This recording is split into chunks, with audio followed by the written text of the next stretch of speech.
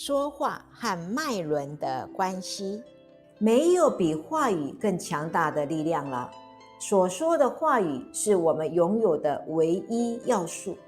我们是光，就像一个灯泡；我们的心智就像一个弓弦；我们的话语就是剑。涉及使用我们的脉轮装备，我们将永远获胜。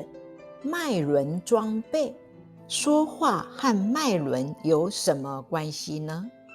在这集影片，我们要来探讨，在传递有意识和有效的沟通中，脉轮是如何运作的。另外，我们要向你报告，应用脉轮组合进行有效的说话。宜家快报，快乐的向你报告。你好，我是明珠。宜家快报，我们用宜家的角度来报道不同的主题。首先，我们先来认识脉轮的重要性。第一个问题很简单，当我们沟通时，来自哪个脉轮有关系吗？答案是一切都取决于它。我们沟通的频率是由脉轮决定的，这反过来又会引发一种特殊的反应。脉轮的投射、影响和反应是直接的，有相互关系的。生命的整体原则是完全的包含在36英寸里。我们从哪个脉轮在讲话？我们从哪个脉轮在接收？那就是生命的全部秘密。我们从哪个脉轮投射呢？我们需要从哪一个特定的脉轮来投射吗？答案有3部分。首先，我们的话语作为话语的力量，需要丹田的触碰。当我们说话的时候，我们需要加入第3个脉轮的意志和火。有了那个力量，我们可以疗愈、提升，并使别人幸福。如果我们不从肚脐说话，那我们就永远不会是警觉的。如果我们不是警觉的，我们将不会掌握时间和空间。它是一个简单的规则：永远不要从嘴巴说话，永远不要从喉咙说话，永远不要从心轮说话，要从我们的肚脐点丹田说话，从我们原本的自我有胆量的说。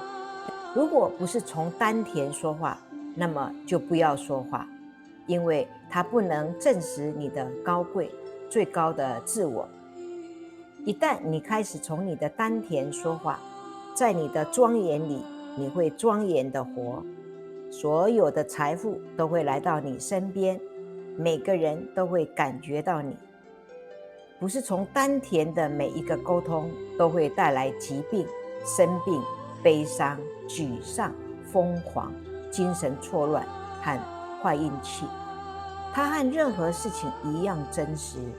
要从我们原始的自我说话，我们的声音必须被听到，我们的声音必须来自丹田，并打开对方的7个脉轮。如果我们的声音无法切断防御机制或打开7个脉轮，那么它无法控制光环和能量体，那么我们说什么都是没有用的。第二，主要脉轮需要与沟通的目的或意图相配合。我们习惯于使用一个脉轮和一串基于历史、气质、家庭等的情绪。在每一次沟通中，我们创造了一个共同的空间，沟通我们的本我。脉轮必须与我们的频率相配合，否则讯息就会听起来是空洞的。第三，大多数的沟通会联合不止一个脉轮，可能有一个主要的品质，但是它会通过其他脉轮的联合和5大元素的水平而更改。地水火风空5大元素，我们在什么层面上沟通呢？如果我们在更高的层次上沟通以太，那么我们就超越神。当我们通过风沟通时，我们就是人；当我们通过火沟通时，我们就是愤怒的野兽；当我们用水沟通时，我们就是悠悠球，很容易受人摆布的傻瓜；当我们用地沟通时，我们就是垃圾。问题是，我们从哪个脉轮说话？我们沟通的背后是哪个脉轮？但在此之前，我们必须明白，我们不仅仅是一个身体，一样东西。当我们沟通时，我们用3个领域来沟通：肉体、心智的身体和灵性的身体。每一种都是按照它自己的规则发展到它自己的程度。我们需要评估并觉知到每一种状态，关于与我们正在沟通的人和我们想要完成的任务。如果我们不知道如何去叙述，在生活中我们就不能成功地做任何我们想做的事情。会用争辩，没有人可以赢。逻辑和理由不是生活的方式。别人对被说服是不感兴趣的。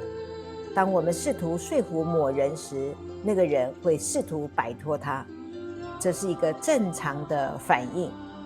如果我们从心轮来传递，胜利会一直跟着我们。有一条规则很重要，如果我们从一个脉轮出发，即使我们将它与其他脉轮联合，以调节它的特质，我们将在一个不高于这个脉轮的位置被接受到。如果我们从第2或第3脉轮投射，我们就不能在第5脉轮或第6脉轮被接收到。我们可以更改它，但它不会穿透。如果从第2个脉轮与别人交谈，然后想要讯息在第6个脉轮中被接收到，那是不可能的。在沟通中，我们必须从一个脉轮对一个脉轮讲话。你知道声音是以直线传播的吗？